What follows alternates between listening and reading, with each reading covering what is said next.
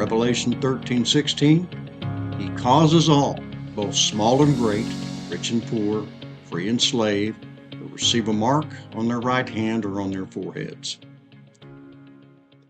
In parts 8 and 9, I propose that the mark of the beast in Revelation 13:16 through 18 is symbolic of the sign of a covenant. Which covenant?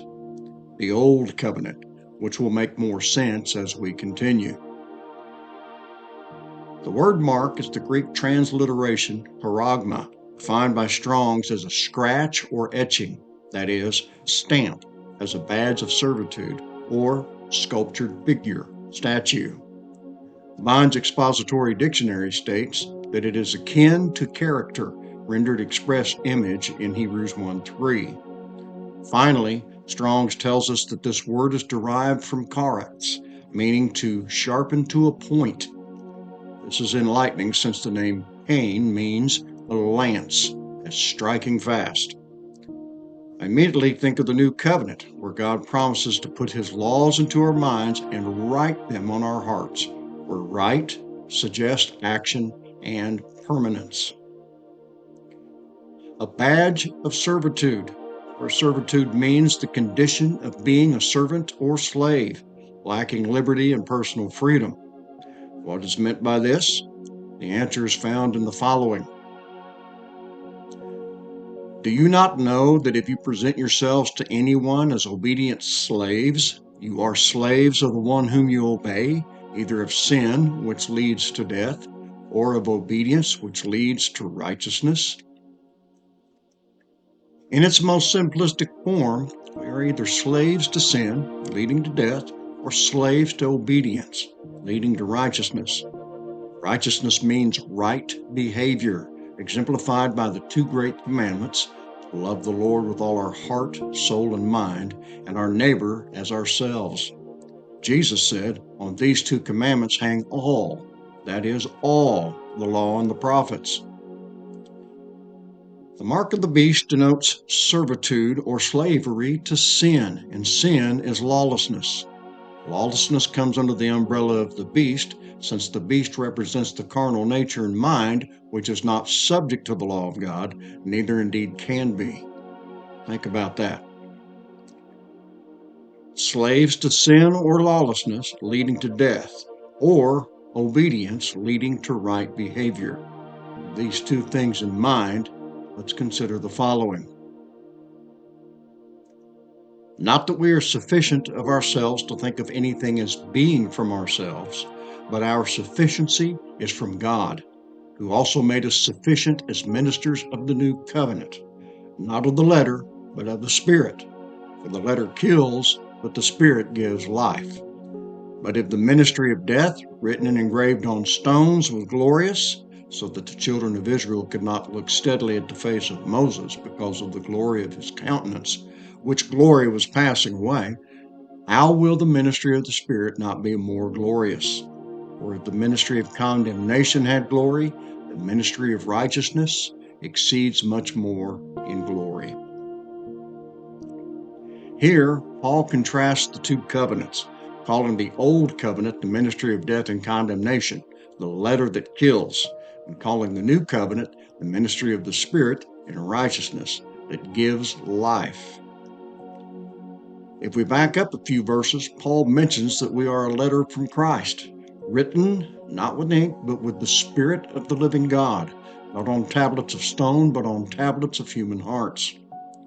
Written corresponds nicely with our definition of mark, Cain, and the promise of the new covenant. I do emphasize, right suggests action and permanence. What does the false prophet of Revelation do? It causes all to be marked. Before this, we find something even more alarming and necessary to understand. Then I saw another beast coming up out of the earth, and he had two horns like a lamb and spoke like a dragon. And he exercises all the authority of the first beast in his presence, and causes the earth and those who dwell in it to worship the first beast, whose deadly wound was healed. Remember, beast refers to the carnal nature, while the seven heads of the beast denote the carnal mind. So, Worship the beast is to have great affection for the carnal nature and mind.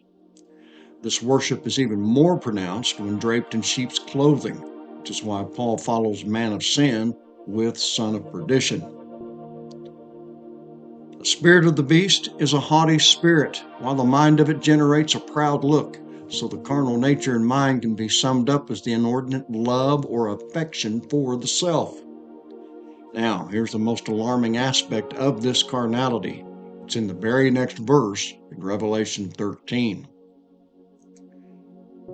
It performs great signs so that it even makes fire come down from heaven on the earth in the sight of men. Fire come down from heaven?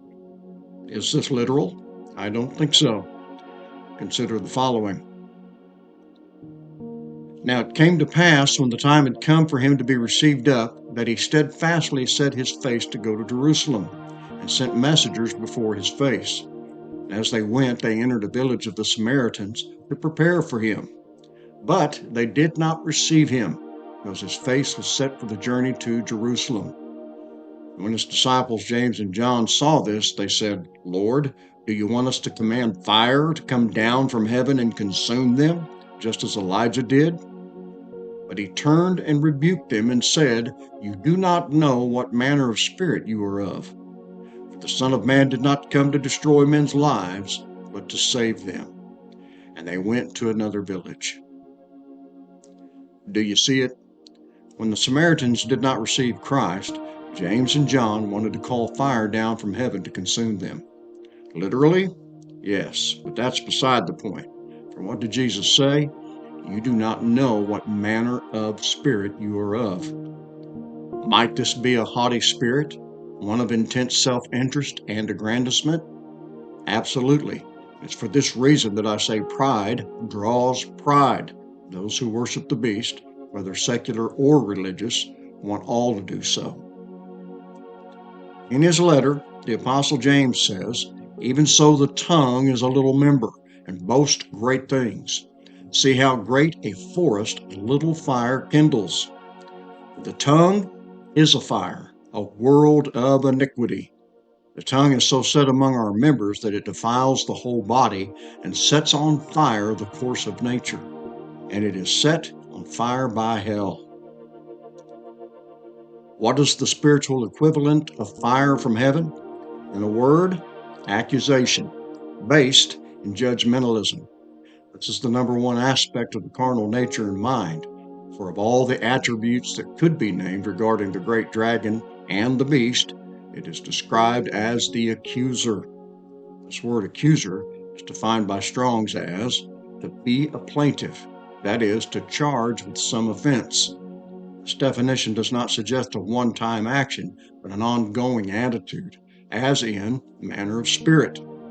John calls it a spirit of error. When the spirit is in error, it doesn't really matter about the words we say. It can even be words of truth.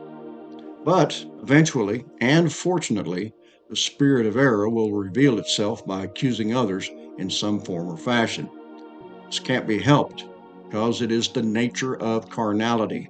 It tears down to build up. Welcome, my friend, to Hell 101. Don't you find it disturbing that one of the first things taught to new converts is how we are right, everyone else is wrong, that we have the truth, but they don't? This is why social media is so successful, for it greatly enhances the worship of the beast and its image.